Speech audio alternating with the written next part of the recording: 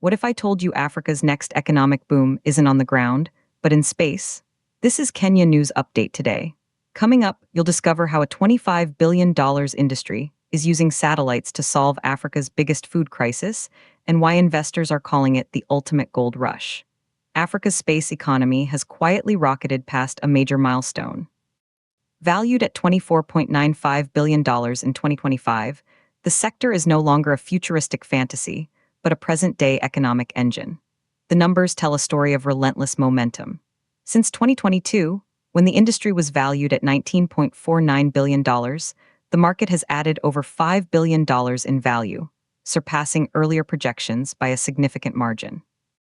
With a compound annual growth rate of 7.97%, the continent is on track to hit $39.52 billion by 2030. For investors scanning the horizon for the next big thing, the message is clear: Africa's space economy has left the launching pad. But here's the twist: the real money isn't in rockets. Meet Mustafa Idrawumi, author of the African Space Industry Annual Report. He explains the accelerated growth is not a sudden event, but rather reflects a consistent, upward momentum driven by public, private, and intergovernmental agencies.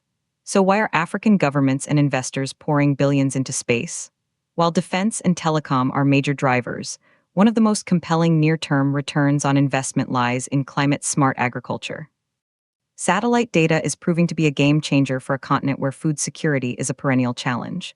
The logic is simple: you cannot manage what you cannot measure.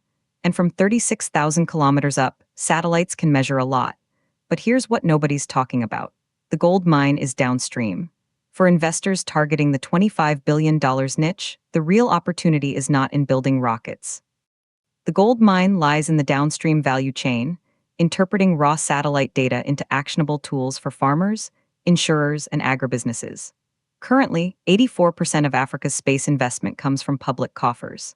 African governments allocated $426.31 million to space programs in 2025 alone, demonstrating a strategic commitment to space infrastructure as a basis for national development. This high level of public spending effectively de-risks the sector.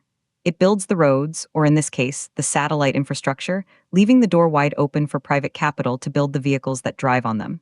The demand is already clear. Remote sensing technologies, geospatial training, and precision agriculture solutions are currently the top services driving market share in the satellite manufacturing sector. And then, something shocking happened. A gap emerged. The data exists, but getting it to the farmer in the field is the final frontier.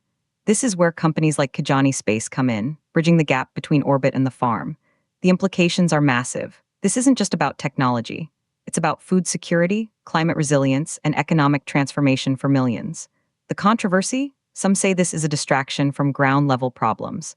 Others say it's the only way to leapfrog decades of agricultural inefficiency. But the unanswered question remains: who will control this data, and will it truly reach the smallholder farmer? So we started with a $25 billion space economy. The journey revealed it's not about rockets, but about data that can feed a continent. Do you think space tech is the solution to Africa's food security, or is it a high-tech distraction? Drop your take in the comments. Subscribe to Kenya News Update today for more on the innovations shaping our future.